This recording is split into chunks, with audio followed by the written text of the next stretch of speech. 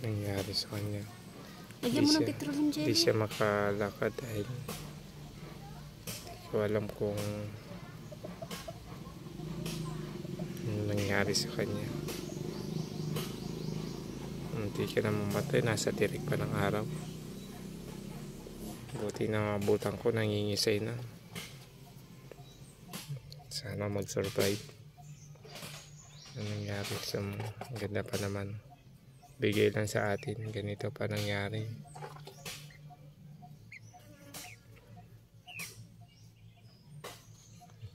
Hindi man maglayo to dito sa amin. Hanggang dito lang, tapos ito pa nangyari.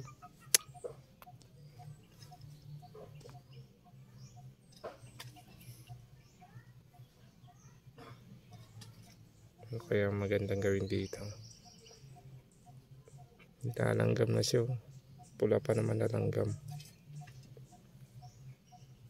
Tingnan ko na hindi naabutan na ano. Patay na sa ano. Nangingisay na dahil nasa tirik ng araw.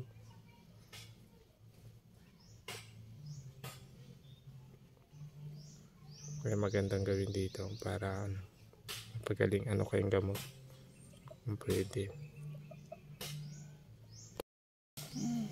Hindi siya makalakad. Hanggang ganyan lang siya. Kung hindi mo siya naabutan, nangingisay na yung dalawang paa niya.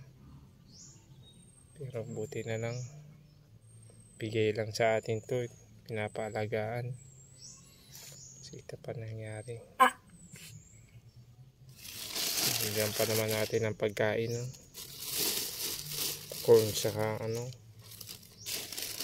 Tapos ganito yung nangyari pa. Ayun yun. Hindi siya magkain kasi malalaki yata. Ganyan lang siya makakain ngayon. Ano kaya magandang gawin dito? Nilagpangan.